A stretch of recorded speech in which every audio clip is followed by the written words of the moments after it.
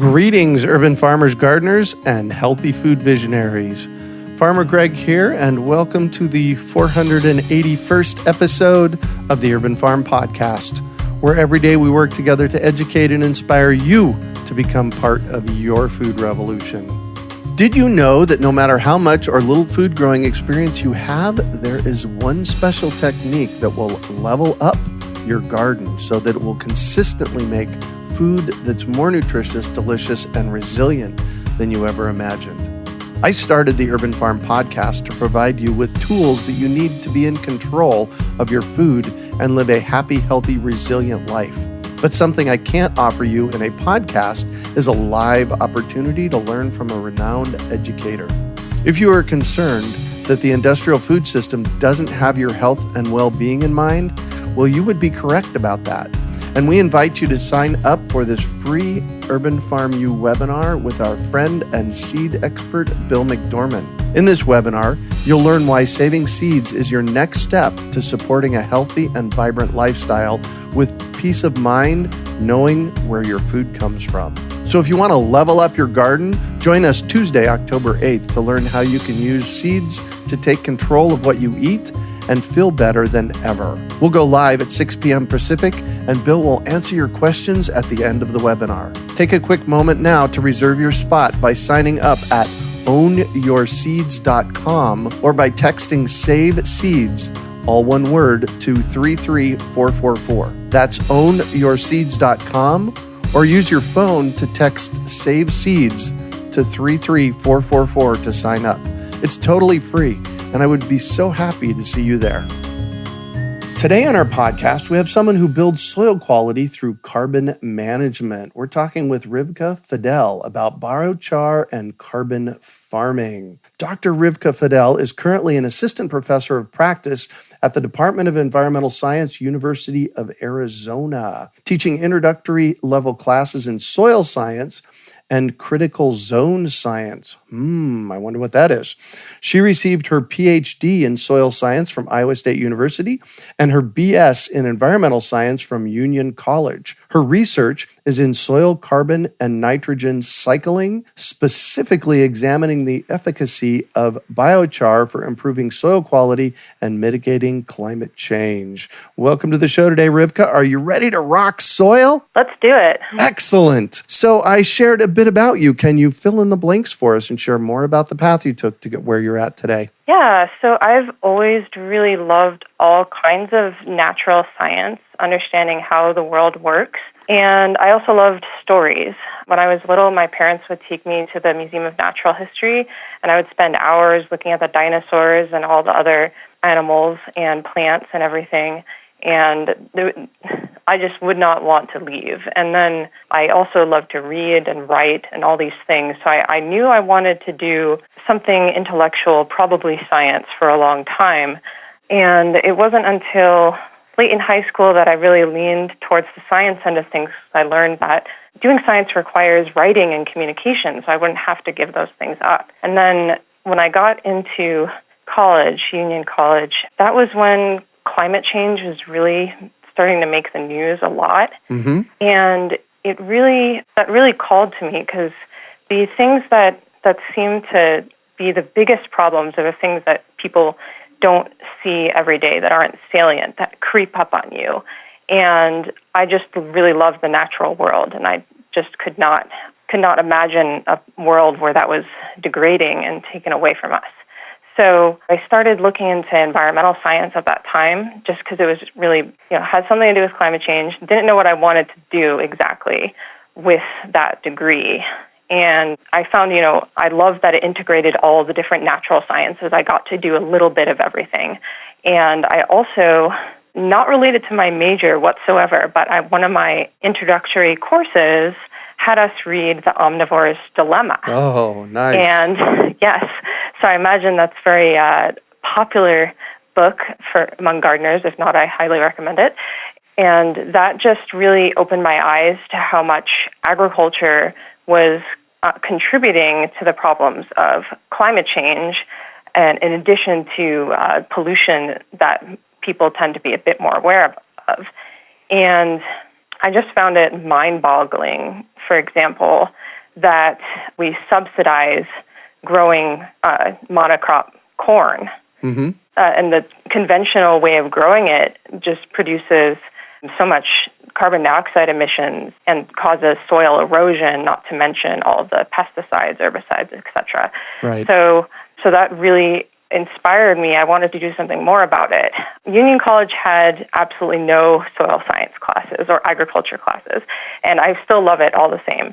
But I decided to emphasize in chemistry because I liked chemistry.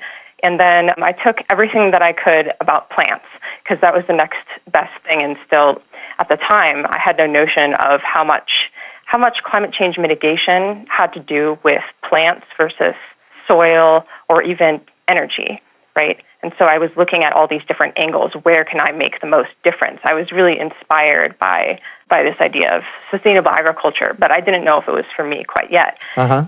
So I kept taking all these science courses, and then I also took environmental ethics. And if there is one class... I'm going to stop you real quick. I actually, when I was in college, so I went back to college late in life. I was at Arizona State University from 2001, actually 1999 until 2006. And as an undergraduate, I took an environmental ethics class too.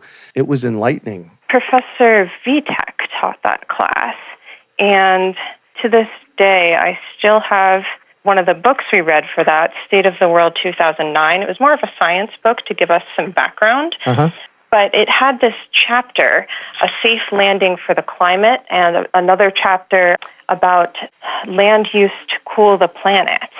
And in those chapters, they described how we have to go carbon negative at the end of the century. And that was like a big reveal for me because I had always thought, if we stop burning fossil fuels and stop cutting down the rainforest, let the forests grow back, that we'd be on the right track. But we got to do more than that, I think, don't we? Yeah, exactly. We do have to do more than that. We have to make our agriculture sustainable in terms of not being a net emitter of greenhouse gas emissions, but we also have to do something to get the carbon dioxide that's in the atmosphere out of the atmosphere. And the reason for that is twofold. Firstly, the carbon dioxide isn't going to come out by itself. And secondly, there's a lot of what we call positive feedbacks. Positive feedback loops, right? Yes. So if you've heard of a vicious cycle or a negative downward spiral, these are the same thing when we're talking about something bad. And so in the case of climate change, there's a lot of things where warming causes more warming. So one of them is when the planet warms, the soil warms, the microbes eat up more soil organic matter and produce more carbon dioxide, and that causes more warming.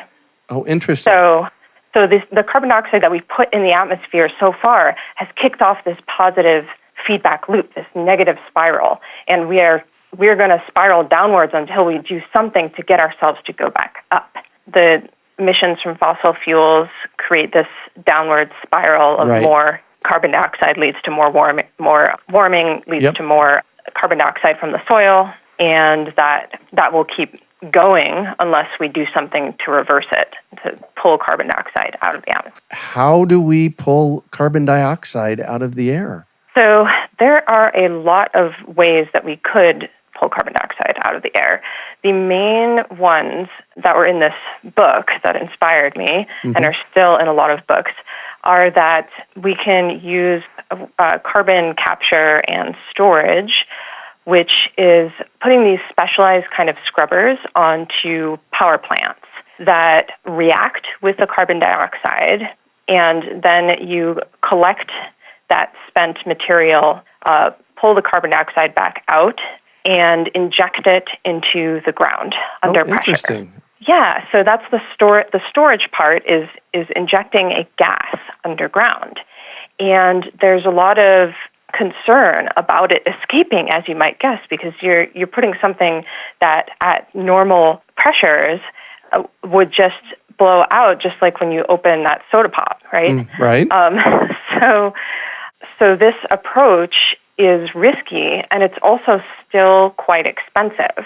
And unless there's a large price on carbon, greater than about $100 per ton, it's not going to be economical to do that. And furthermore, it's very difficult to pull it out of the atmosphere. Most carbon capture and storage is referring to attaching this to a fossil fuel burning power plant, which only results in neutral emissions if you were to capture all of the emissions. Oh, right. So one of the negative approaches, one of the approaches to go carbon negative is to attach one of these scrubbers to a biomass burning plant.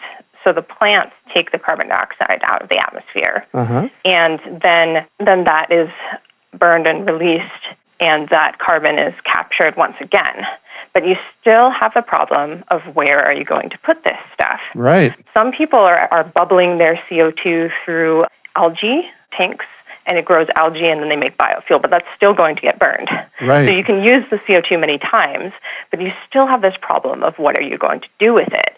Some folks want to turn it into what we call carbonate rocks. So this is found in limestone.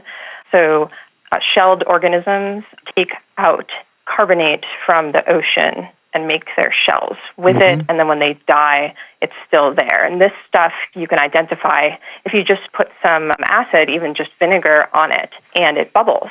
You have carbonate. You can do this test with your soil. Interesting, if you want to. Yeah, so if we can turn it back into that would be great. The problem is it's an energy-intensive process, and we're trying to remove carbon dioxide from the atmosphere, not burn more fossil fuel. Yeah, exactly. Right. So Maria Rodale, you know that name, right? Yeah, Rodale Institute. Yeah, she proposed that our soils could hold the carbon dioxide. You're getting ahead of me. Okay. So those are a few approaches which I immediately rejected as not being feasible, and they're certainly not that feasible right now. Now, if we could get our soil to hold on to it, that would be wonderful. This is what I first learned way back then and have learned many times over. If we can get soil to hold on to more of the carbon that plants take out of the atmosphere, then we can make the flow of carbon net into the soil instead of net out of the soil. Naturally, microbes are usually degrading that carbon. They turn it into some stable humus and some carbon dioxide, and the carbon dioxide is usually the majority, about 75%. And then that's year upon year, so you end up with very little of the original carbon. So, and then there's lots of practices that can do this, and these practices collectively came to be known as carbon farming. That's where it came from. Yep. A lot of these are pitched just as sustainable practices because they build soil health in general. So applying organic amendments like compost and manures, closing that loop, not letting those go to landfill or basically a manure holding pond where they produce more potent greenhouse gases like nitrous oxide and methane. And you can also use cover crops, take other steps to prevent erosion like planting buffer strips. So these would be like grasses and other perennial plants between a field and a water body, and these catch the eroded particles in addition to nutrients and keep the nutrients out of the water. So, and at Iowa State, they were actually looking at and are still testing what we call prairie strips. So this is part of the STRIPS project, and they are putting in these grass strips inside the field, kind of like having stripes, one stripe of your regular crop and then a stripe of prairie grasses, and then so on and so forth. And that slows down the movement of the soil. So a lot of soil carbon loss actually happens through erosion and not just the microbes munching on it. And another thing you could do to prevent microbes from munching on it is to not till the soil, because if you till the soil, that gives the microbes more oxygen. With that oxygen, then they can then consume more soil organic matter. There's a lot of approaches, and that's a combination of those things in addition to things for animal livestock management, like grazing rotations were suggested in this book way back, 2009, and they're still accepted today as being effective.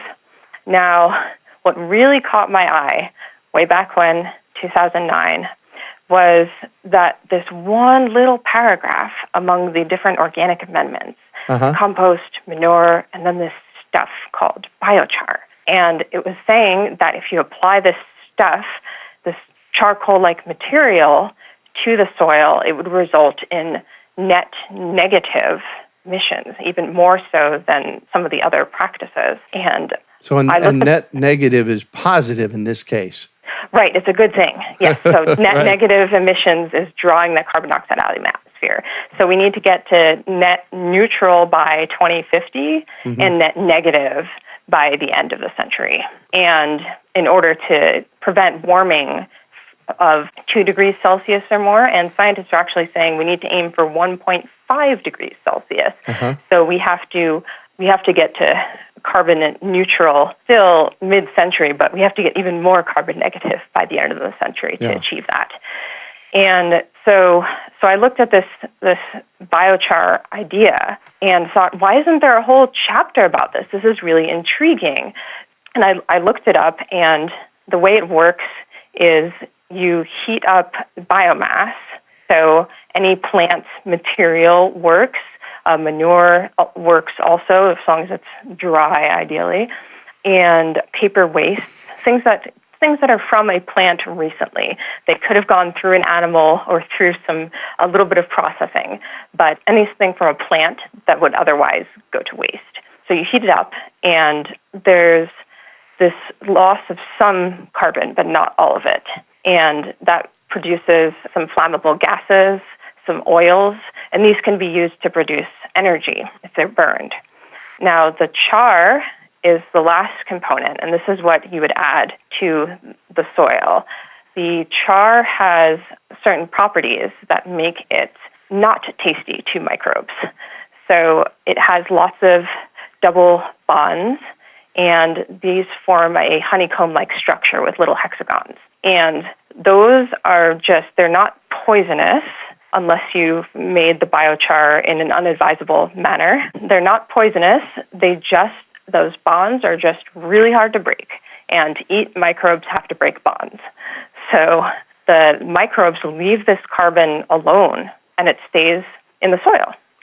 So, how does the biochar then sequester the carbon? Right. So the plant took the carbon out of the atmosphere, and the pyrolysis process, the charring process, locks it away in this really stable form. And so when you add that to the soil, unlike adding mulch or compost, this is going to stay in the soil for hundreds to thousands of years. Mulch or compost, 85% of that is going to be gone in a year, and we see 95% in the next 5 years. Yep. Whereas biochar, you lose 50 to 75%, and the remaining 25 to 50% is locked away in this stable form. Wow. So that part can stay in the soil for hundreds of thousands of years, and that's long enough to qualify it as carbon sequestration, because it's net removal of carbon from the atmosphere and keeping it out of the atmosphere for it's arguable how long is long enough, time. But generally hundreds to thousands of years do the trick by most standards. Nice. I'm at the urban farm. I have 1/3 of an acre. I'd love to play with biochar. How do I make it here at the house, or can I? You can make it, and you could also buy it. So you can purchase a pyrolyzer. There are several biochar companies. One of them was started by my friend Bernardo Del Campo, and that's RTChar, and he can sell you a small pyrolyzer. I would recommend that if you're in the Midwest, but I know you personally aren't. So you can make one yourself. There's a lot of different designs, and I'm happy to send a link along for listeners. But basically, you want to create a structure that will help you keep the oxygen out. So pyrolysis, the process by which you make biochar, it will become combustion if you give it oxygen. You want to smother it, essentially. So the easy way to do that is take 2 metal barrels, one just a little bit bigger than the other one. You take the small one, set it down, fill it up with biomass of your choice. So your yard trimmings, ideally in Arizona, you could just let those dry out, and they'll pyrolyze nicely. You put those in the bottom barrel and fill it up most of the way, and toss a match in there, let it light and burn for just a little while, maybe a minute or so. Oh. And yeah, so you have to provide some heat to get the process started. You're essentially baking your biomass a little bit high temperature because you want char. Normally, we don't want to make char in our ovens. Right. We want to eat something. But once you get past about 300 degrees Celsius, you start having a lot more char forming. So this is higher than your broiler goes for the most part in your oven. So the only way to do that in your backyard is to use some fire.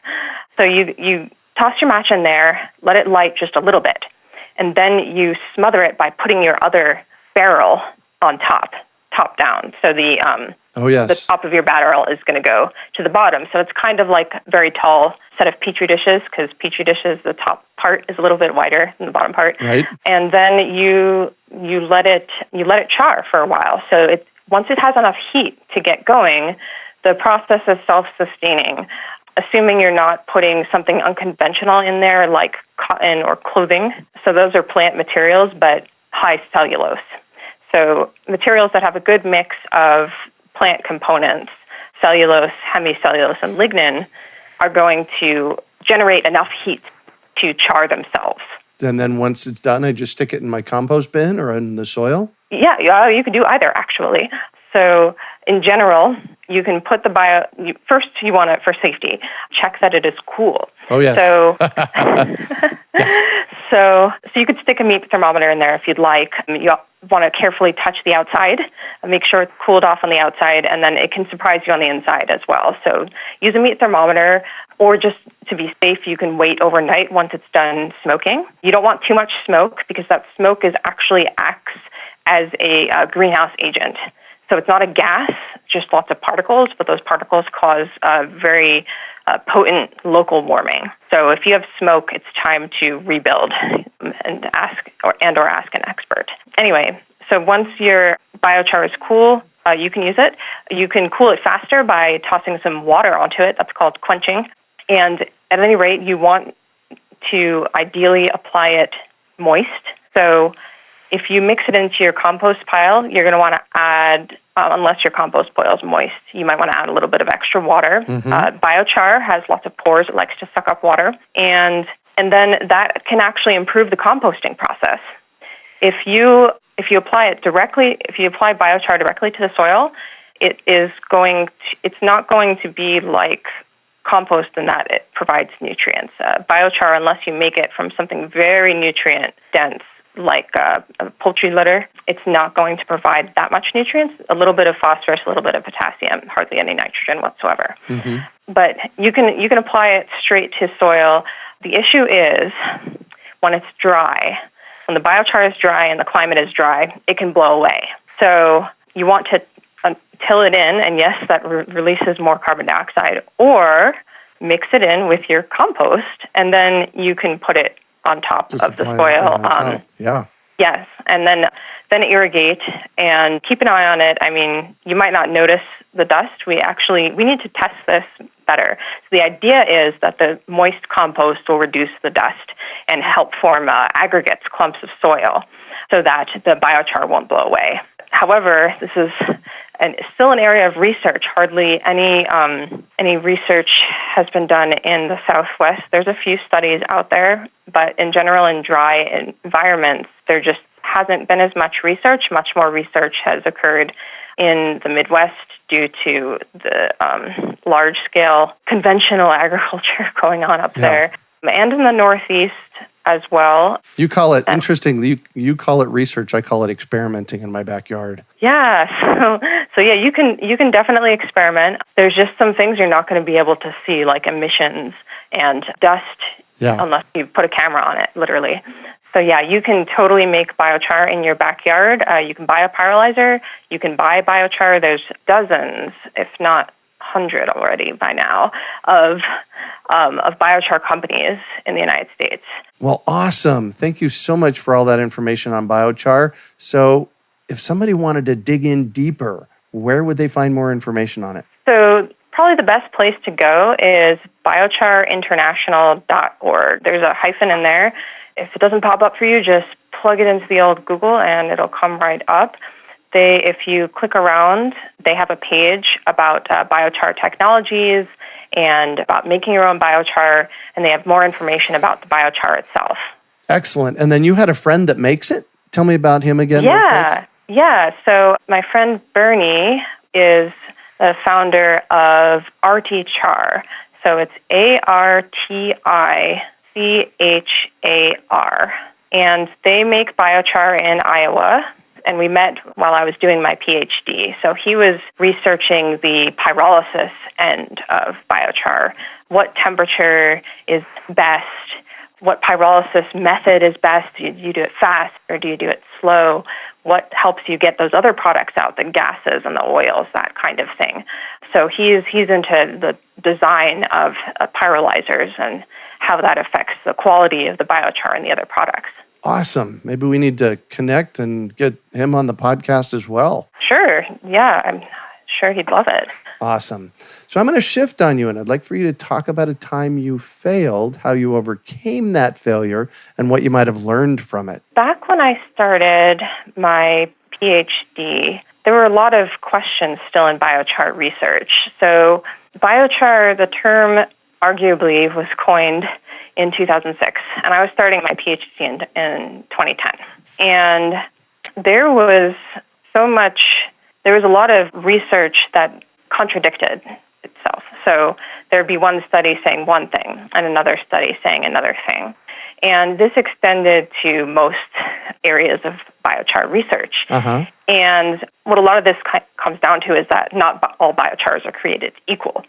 So there are some biochars that have lots of pores for holding water. There are other biochars that have lots of chemicals on the surface that help attract nutrients and then hold on to those nutrients for plants. And people were publishing, and we didn't know any better. People were, just doing what analyses they could, that they could justify with the current state of the literature. Mm-hmm. And I was trying to make sense of all this madness. So one thing that I knew for sure about soil and about the environment in general is that pH means a lot. Oh, yes. And so pH just affects pretty much everything, right? Nutrients and then how they move, how much the plants can get. Well, and the health of the plant all around. Overall. So, and the movement of toxins too. So I started looking at the effect of biochar on soil pH and how it did that exactly. It usually increases the pH of soil and can be used as a liming agent, but the amount varies. And a lot of research had been done without either documenting the pH or documenting how exactly biochar was increasing the pH. And how will we know when we've made a biochar, before we put in the soil, how much it's going to increase the pH afterwards? So, and that's just so important in every part of gardening, agriculture, soil science, you name it. And so I started looking into this, and I found a method which I thought would be perfect. It would let me look at what chemicals on the biochar surface were reacting at what pH. And, I thought I could do this relatively quickly. Well, as you might guess, it was not quick. The method that I found did not work. It was giving me negative numbers, all kinds of weird things. I had no idea what was going on. But I noticed that when I mixed the biochar with these different solutions I was using, I was getting colored stuff out, like brown and black. And so I tried a lot of different things to get rid of that colored extract. Uh-huh. And it was science, a lot of trial and error. And it took me, for this one little thing that was meant to be a small part of a bigger study where I put the biochar in the soil and looked at how these properties compared to, so what I was measuring with this method, how it compared to how biochar affected the soil. For this one little part, it took me over a year. Wow. But when I was done, I realized, talking with my mentor, David Laird, that we could publish this method. It's like a recipe for everybody who's researching biochar if they want to know what we call them functional groups, these chemicals, what functional groups there are when biochar is going to be raising the pH, how much.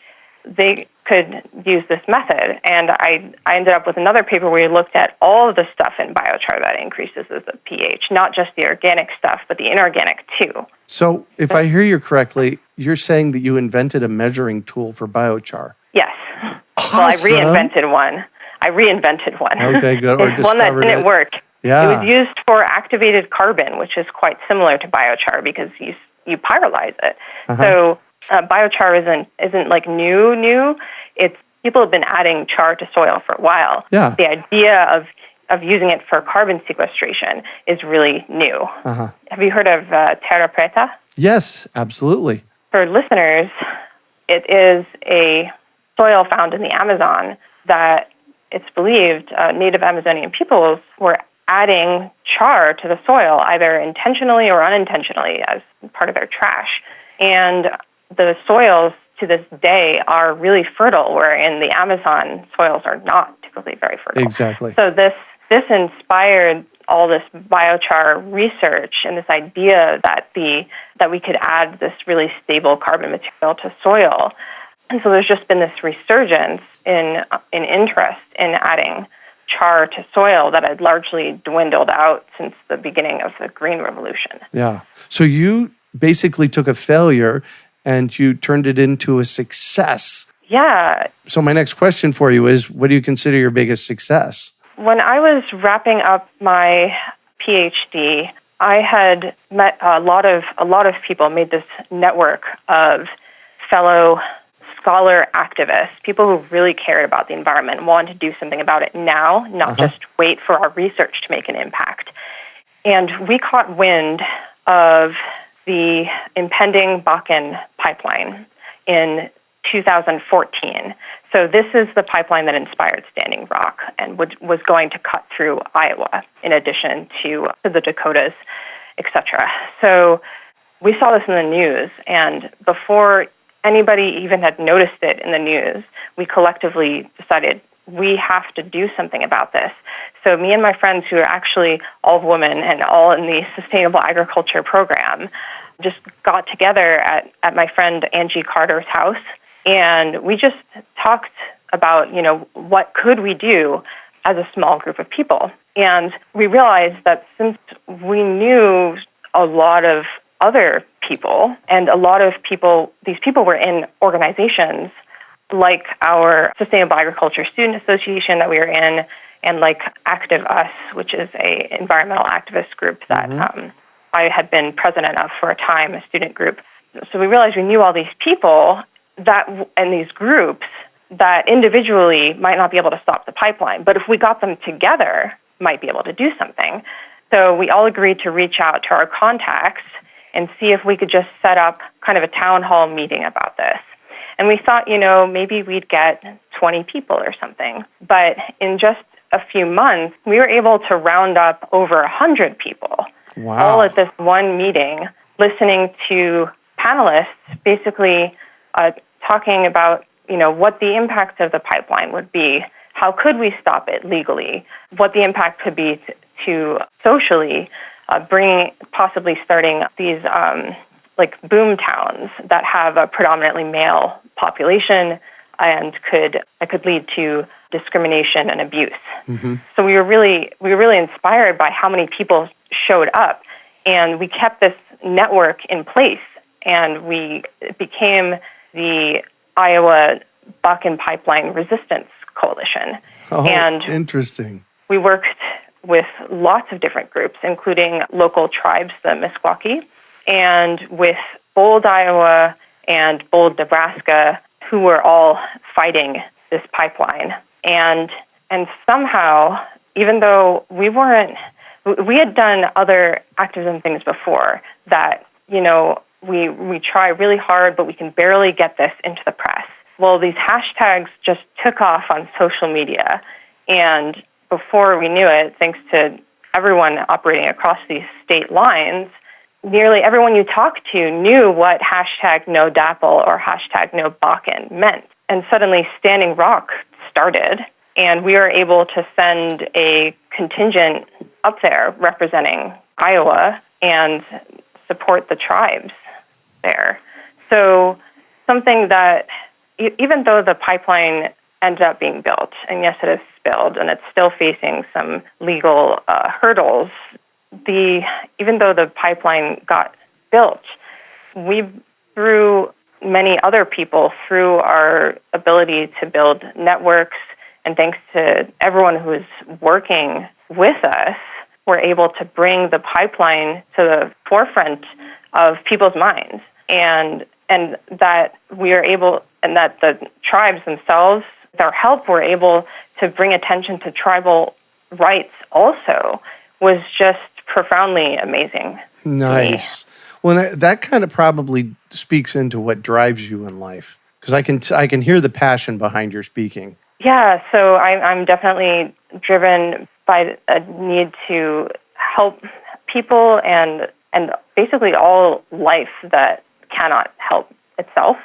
And fighting climate change is first and foremost there, but I do feel this profound injustice at social wrongs and the diminishing of the American middle class and just people around the world suffering from economic and social crises. Yeah. So these things, if I'm not careful, can pull me into far too many directions. Boy, but I heard that. They still directed carefully. I still feel that I can do my part. Yeah.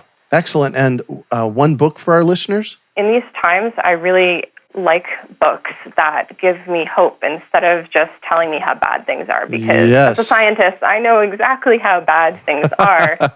I'm with you there. We keep adding these layers of precision to just how bad, but the things that we really need to hear are, what can we do about it? What are we doing about it? Yeah. And so as a general panacea to those things, I highly recommend Hope in the Dark by Rebecca Solnit. Hope in the Dark.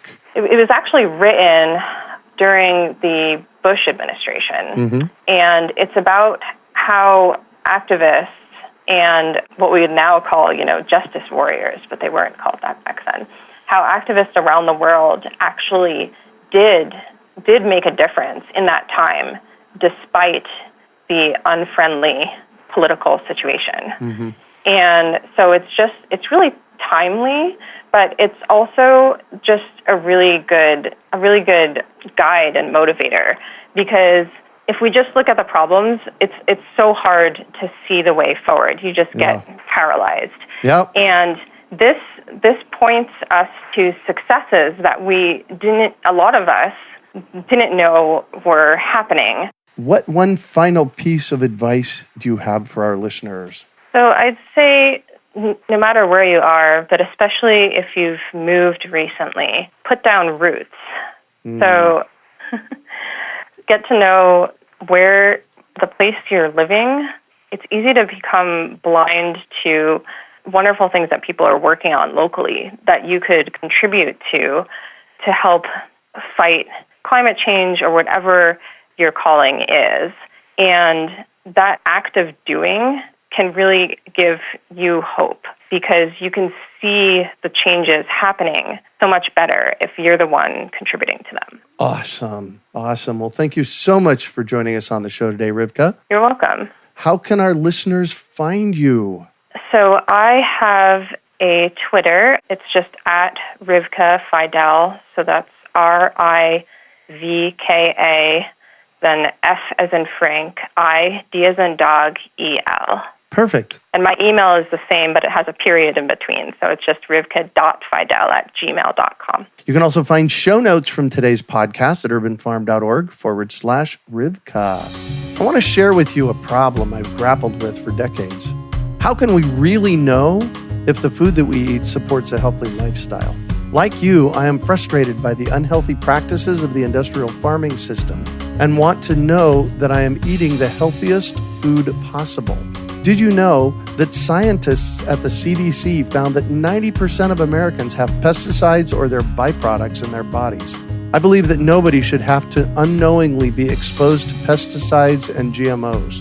That's why I've teamed up with my friend Bill McDormand to offer a free webinar that will empower you to know where your food comes from. You'll learn why saving seeds is your next step to support a vibrant, healthy, peaceful life. This is a live, one-time only webinar with Bill McDormand. Plus, Bill will take your questions at the end of the webinar. He has helped thousands of people just like you take control of their health and garden through seed saving. I invite you to be next by attending our free webinar on October 8th at 6 p.m. Pacific. Reserve your spot now by signing up at ownyourseeds.com or by texting SAVE SEEDS, all one word, to 33444. That's ownyourseeds.com or text SAVE SEEDS to 33444 to sign up. It's totally free, and you will leave with a newfound sense of confidence and control over your food and health. The Urban Farm Podcast is brought to you by our amazing Urban Farm team. Producer, Janice Norton. Editor, Ken Kingsborough. Associate, Katie Fiore. Social media, Renee Faree, and hosted by me, Farmer Greg. Please subscribe to us on iTunes, Google Play, Stitcher, or wherever you get your podcasts. And while you're at it, please rate, review, and share it with your friends. Also, consider supporting our podcast and earn bonus content and swag. Visit urbanfarmpodcast.org to find out more and see our full list of over 500 shows. Well, that's it for today. Thanks for joining us on the Urban Farm Podcast. We hope you enjoyed today's episode of the Urban Farm Podcast. Remember to listen for tips, advice, and resources to help you on your journey with urban farming. You can find us on the web at urbanfarm.org or send us an email to podcast@urbanfarm.org. In the words of Vincent van Gogh, great things are done by a series of small things brought together. Be encouraged that with each lesson learned and skill developed, you are one step closer in the direction of your dreams.